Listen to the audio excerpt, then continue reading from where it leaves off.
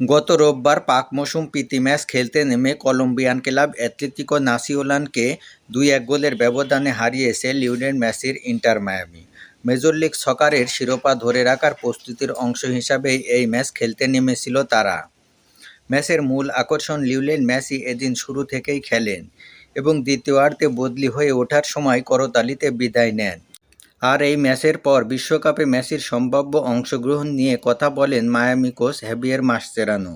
সংবাদ সম্মেলনে মায়ামি কোচকে প্রশ্ন করা হয় যুক্তরাষ্ট্র, কানাডা ও মেক্সিকোয় অনুষ্ঠিত হতে যাওয়া ২০২৬ বিশ্বকাপ স্কোয়াডে মেসিকে দেখছেন কিনা। উত্তরে তিনি ছিলেন বেশ দৃঢ়, বলেন, কেন নয়, অবশ্যই। আর্জেন্টিনা দলটি সবসময় সেরা উপায়েই মোকাবেলা করবে, কারণ বিশ্ব ফুটবলে আর্জেন্টিনা দীর্ঘদিন ধরে প্রতিদ্বন্দ্বিতা করে আসছে।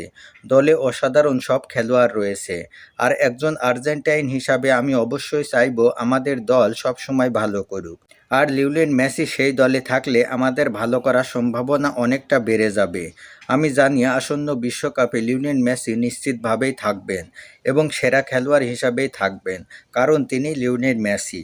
লিওনেল মেসির পাশাপাশি নাসিওনালের বিপক্ষের এই প্রীতি ম্যাচে ইন্টার মায়ামির স্কোয়াডে ছিলেন আরও বেশ কয়েকজন আর্জেন্টাইন ফুটবলার: ফাকুন্দো মোরা, দাভিদ ওয়ালা, রদ্রিগো ডি পল, মাতিও সিলভেত্তি ও গঞ্জালো লুয়ান। লুইস সুয়ারেস ও এনরিক রিভেরার আত্মঘাতী গোলে ২-১ ব্যবধানে ম্যাচটি জিতেছে ইন্টার মায়ামি।